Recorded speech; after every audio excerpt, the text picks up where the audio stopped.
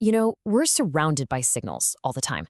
Some of them travel 93 million miles from our sun, some rise up from the very planet we're standing on, and some, well, they're firing inside our own minds right this second. Today, we're going to decode these signals to get a better handle on our world and, on ourselves. So let's dive right in. So it all kicked off with this sudden, incredibly powerful event, a storm of a scale and energy that's honestly hard to imagine. But this wasn't your typical hurricane or a blizzard burying a city. Oh no, this was something else entirely. Yeah, this was way, way bigger. Think of it as a signal sent across 93 million miles of empty space that just slammed into Earth's magnetic shield. It was a pretty stark reminder that we live in a cosmic neighborhood that is anything but quiet. And that event, that was a signal from the most powerful transmitter in our solar system, our very own star. It was a major space weather event, and we were smack dab in its path. Okay, so let's break down this chain reaction.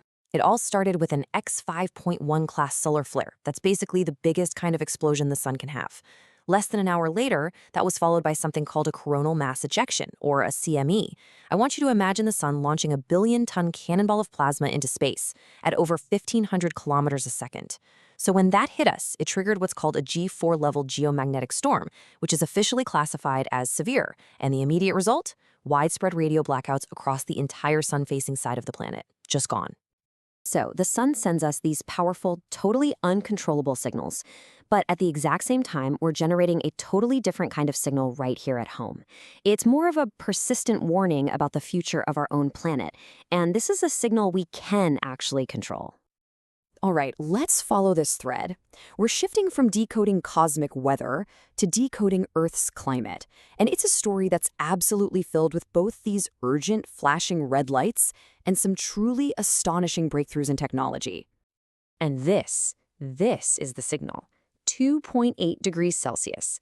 According to the UN's big annual emissions gap report, that's where we're headed this century if we just stick to the policies we have right now. It's a stark, unambiguous number that really sets the stage for the challenge in front of us. So we're basically at this crossroads. On one side, you have the challenge. The UN is reporting stalled progress, and leaders are calling it a moral failure if we can't stay below that 1.5-degree target. But on the other side, there's this incredible hope. Solar technology is in the middle of a seriously disruptive evolution. Efficiency rates that used to be stuck around 10%, they've now surged to over 25% for some panels. It is a genuine race between our own inertia and our own innovation. And the innovation happening here is, wow, it's really remarkable. We've got these game-changing materials like perovskites. They're cheaper and more efficient than traditional silicon. We have tandem cells, which stack perovskites on top of silicon to capture even more of the light spectrum, and they are just shattering efficiency records. And it gets even more futuristic than that. Get this. MIT researchers have developed ultralight fabric solar cells thinner than a human hair that generate 18 times more power per kilogram. So we're not just talking about rooftops anymore. We're talking about weaving power generation into the very fabric of our lives. But with all this data and all this amazing technology, there's a really profound human element, right? As climate researcher Dr. Friederike Hartz puts it, once you know, you know. You simply can't unsee it. Once you've heard that signal, you just can't unhear it. It becomes this inescapable knowledge and a pretty heavy responsibility. And that brings us to a really fascinating pivot. We've looked at these massive external signals from space and our planet, but what if the final frontier of signal detection, the most intricate, the most personal code we have yet to crack, is actually the one that's operating inside our own heads? So now we turn inward.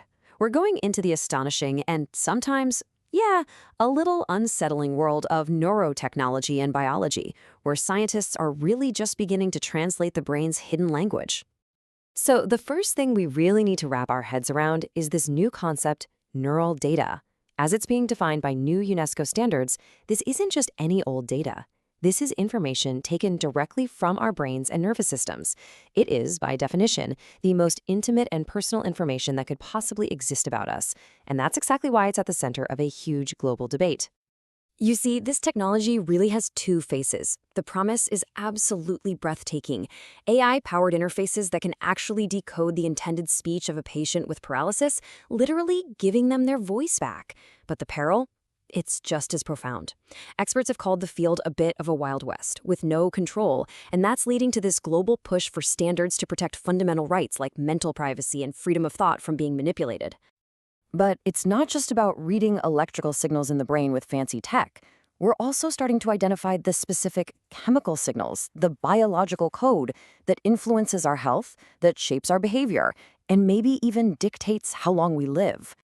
Let's just look at two recent discoveries that show this in action. First, a protein called SGK1. The big finding here is a direct biological link between childhood trauma and adult depression. The implication?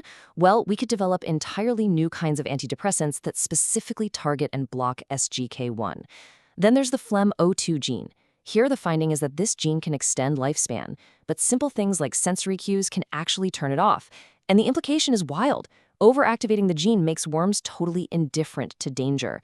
It's this trade-off between a longer life and basic survival instincts, and it's all written right there in our internal code. So, where does all this lead? It seems we're moving beyond just passively reading these signals.